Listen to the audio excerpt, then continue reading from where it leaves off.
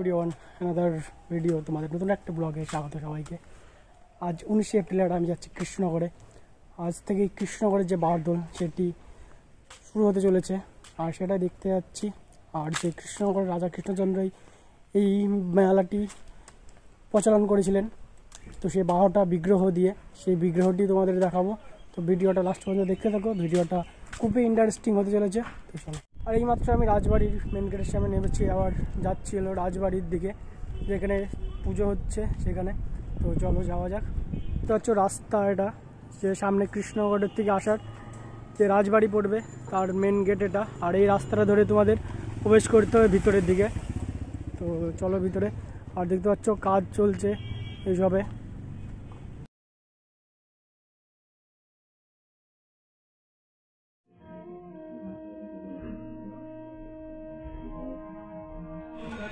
এই রাজবাড়ির বারদোল হওয়ার একটা ইতিহাস আছে। রাজবাড়ির বারদোল মানে এখানে 12টা বিগ্রহকে পুজো করা হয়। সেই বিগ্রহগুলোকে এক এক তোমাদের দেখাবো। যেখানে 12টি বিগ্রহটি রাখা হয়েছে সেই জায়গায় দেখতে সুন্দরভাবে প্যান্ডেল করা হয়েছে, সুন্দর ডেকোরেশন করে। আর এই প্রতিটি বিগ্রহই পরপর লাইনভাবে সাজানো রয়েছে। এই বিগ্রহগুলো তোমাদের একে একে দেখাবো। আর দেখতে হচ্ছে অনেকে পুজো দিতে এসছেন, পুজো দিচ্ছে। প্রতিটি বিগ্রহের সামনেই একইভাবে সব কিছু রাখা রয়েছে।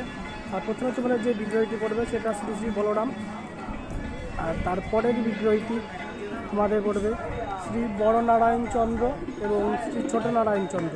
আর প্রতিটি বিগ্রহের সামনে এইভাবেই পুজো দেওয়ার যে প্রসেস আজ 278 বছর ধরে চলে আসছে রাজা কৃষ্ণচন্দ্রের আমলের থেকে, সেইভাবে একই প্রসেসে হচ্ছে। তারপরে যে বিগ্রহটি পড়ছে সেটি গোবিন্দ দেব এর বিগ্রহী। আর তারপরের বিগ্রহী আছে শ্রী শ্রী গোপীমোহন। প্রতিটি বিগ্রহ একইভাবে রাখা আছে। আর প্রতিটি বিগ্রহের সামনে এভাবে থালা রাখা হয়েছে আবির, তাতেও অনেকে পুজো দিচ্ছে আবির দিয়ে।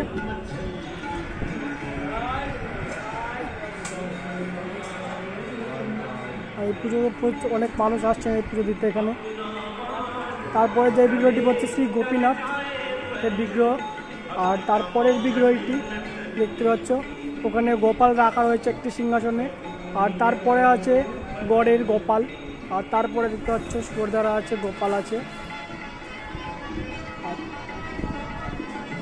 তার পরের বিগ্রহটি আছে শ্রী শ্রী প্রশস্তি বিহারী।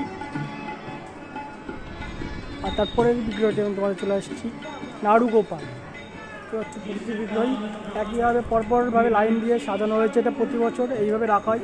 রাজা কৃষ্ণচন্দ্রের আমল থেকে এই প্রসেসন মেনেই পুজো করা হচ্ছে। তারপর লক্ষ্মীকান্ত, তারপরে শ্রীচন্দ্র। আর তারপরে যে লাস্ট বড় বিগ্রহ যেটি পড়ছে শ্রী মদন মোহন গোপাল এর বিগ্রহ। সেটা বড় রাখো, আগের যে বিগ্রহটি সেইভাবেই। এই বারদোল মেলার ছোট একটি গল্প আছে, সেই গল্পটি তোমাদের শেয়ার করব। আমরা সবাই জানি কৃষ্ণনগরের রাজা ছিলেন রাজা কৃষ্ণচন্দ্র। আর তিনি কৃষ্ণনগরকে শাসন করতেন।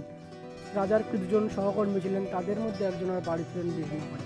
রাজা কৃষ্ণচন্দ্র তাকে কথা দিয়েছিলেন যে তাদের মেলায় উনি যাবেন এবং দুদিন থেকে তার মেলা দেখবেন। তিনি রানীমাকেও বলেন যে তাকে মেলায় নিয়ে যাবেন। তার রাজ্যের কোনো কাজে রাজা কৃষ্ণচন্দ্র মেলায় যেতে পারেন না এবং রানীমা তার খুব রাগ হয়। এবং রানীমার রাগ ভাঙাতেই রাজা কৃষ্ণচন্দ্র মনে মনে ঠিক করেন যে তার রাজ্যের দরবারেই এই মেলার প্রচলন করবেন। তা রাজা কৃষ্ণচন্দ্র তার এই মেলায় 12টি বিগ্রহ ব্যবহার করা হয়, তার জন্য এই মেলার নামকরণ হয় বারদোল।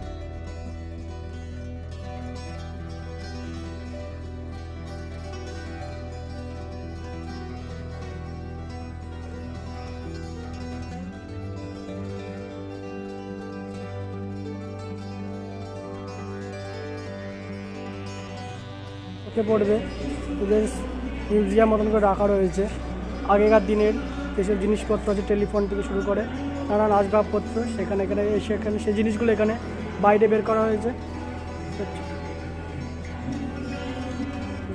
আগেকার যুগে যে টেলিফোনগুলো ব্যবহার করতো রাজা রাজা সেই সব জিনিস এখানে দেখা যাচ্ছে। ফটো ফ্রেম অনেক স্মৃতি রাখা রয়েছে এখানে, প্রতিটা মানুষ দেখতে পারে সুন্দরভাবে।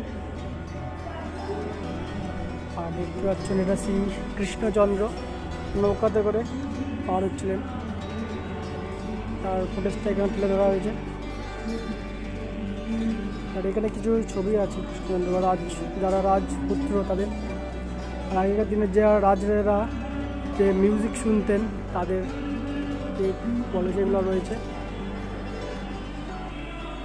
আর এই সবটা দেখতে পাচ্ছ সরস্বতী মাকে রাখা রয়েছে। তো সরস্বতী মাকে পুজো করা হয় প্রতি বছর, সে একইভাবে সুন্দরভাবে সাজিয়ে রাখা রয়েছে। আর কাছে দেখতে পাচ্ছ তো সিন্দুকটাই কাছে। এই রাজবাড়ির মাঠে প্রচুর দোকান বসে আজকের দিনে, মানে আজ থেকেই মেলার যেহেতু শুরু, প্রচুর দোকান বসছে। তো সেটাই তোমাদের ছোটো করে একটু দেখাবো। তো চলো, সব মাঠে চারিপাশ দিয়ে নানান খাবারের দোকান, নাকরদোল্লা থেকে শুরু করে সব কিছু আস্তে বসছে আজকের থেকে, যেহেতু মেলাটা শুরু।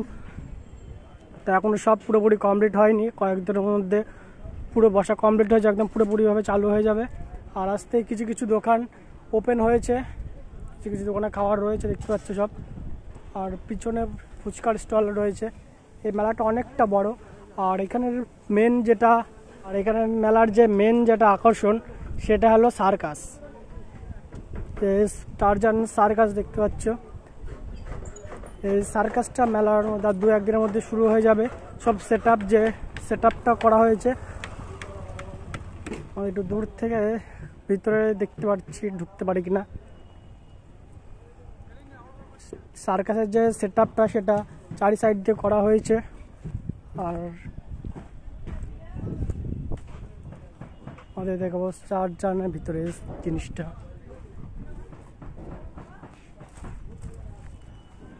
এটা হলো সার্কাসের, এই যে এখনো যে সিটগুলো হবে সেই সিটগুলো এখনো বসানো হয়নি। সার্কাসের উপরের যে ছাউনি সেটা হয়েছে, তো হচ্ছে সেট আপ কিছুটা কমপ্লিট হয়েছে, এখনো অনেক কাজ বাকি রয়েছে সার্কাসের। তো বেশিক্ষণ তো এখানে কাজ চলছে, বেশিক্ষণ থাকা যাবে না। তো চলো, আর তোমাদের বলে দিই রাজবাড়ির এই বারোদোলের মেলা 1 মাস থাকে। এটা আজ 19 এপ্রিল থেকে শুরু হয়েছে। আর 19, 20, 21 তোমরা এই রাজবাড়ির এই ভিতরে আসতে পারবে, নট মন্দিরের ভিতরে। আর এই মন্দির খোলা থাকবে সকাল 6টা থেকে দুপুর 12টা, আর বিকেল 4টা থেকে রাত 9টা। এর মধ্যে আসলে তোমরা এই মন্দিরে প্রবেশ করতে পারবে। আর ভিডিওটা যদি ভালো লাগে তো চ্যানেলটাকে লাইক, শেয়ার, সাবস্ক্রাইব অ্যান্ড কমেন্টে অবশ্যই জানাবে ভিডিওটা কেমন হয়েছে। ভিডিওটা দেখতে থাকো, অবশ্যই হয়েছে তোমরা এই বারোদোল মেলায়। আজকের ভিডিও এই